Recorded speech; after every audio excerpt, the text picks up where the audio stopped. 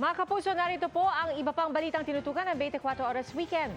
Sa Hulyo, aarangkada ng food stamp program ng gobyerno. Pero ayon sa DSWD, hindi tulad ng ibang ayuda, may mga kondisyon ang programa ito para manatiling benepisyaryo.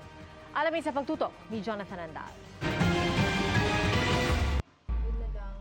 May natira pang itlog, gulay at bigas sina Maria na 2 linggo na niyang nakuha ng libre sa ilalim ng 3,000 peso per month na food stamp program ng gobyerno. 6 na buwan na siyang benepisyaryo rito at kung dati 2, ngayon 3 beses na silang kumain kada araw. Dati, pinagsasama na yung agahan at tanghalian para isang kain lang. Noon kasi puro baboy lang. Puro baboy, puro itlog na pinirito lang. Yun lang kasi yung nabibili ko rin na kayang i-provide sa kanila na mabilisang luto. Ngayon, halos kumpleto na sitaw na kalabasa, sayote na may Kumaga nakakakain sila ng gulay ngayon. Madadagdagan na ang mga benepisyaryo tulad ni Maria. Sisimula na kasi ng Social Welfare Department ngayong Mayo ang validation at registration sa dagdag na 300,000 food poor families na gagawing benepisyaryo ng food stamp program simula sa Hulyo. Manggagaling ang mga ito sa 21 probinsya na natukoy na may mataas na kaso ng kahirapan, malnutrisyon at gutom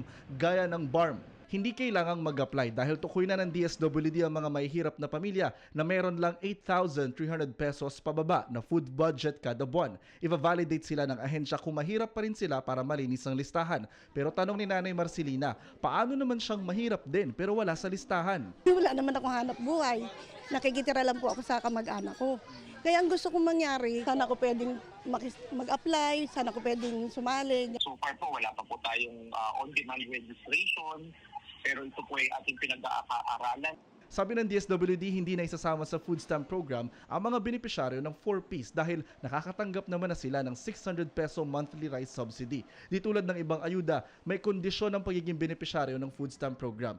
Kailangan dumalo sa nutrition educational session ng 6 na buwan. May miyembro dapat ng pamilya na papasok sa TESDA training at maghahanap ng trabaho. Ngayon kung hindi sila nakahanap ng trabaho sa DOLE, sila po ibabalik sa TESDA para mag-job skills training ulit sa ibang skills naman po. Hanggang 3 years lang po itong libreng pagkain na bibigay ng pamahalaan para po sila matulungan na makatayo sa kanilang sarili mga paa. Para sa GMA Integrated News, Jonathan Andal, nakatutok, 24 Oras.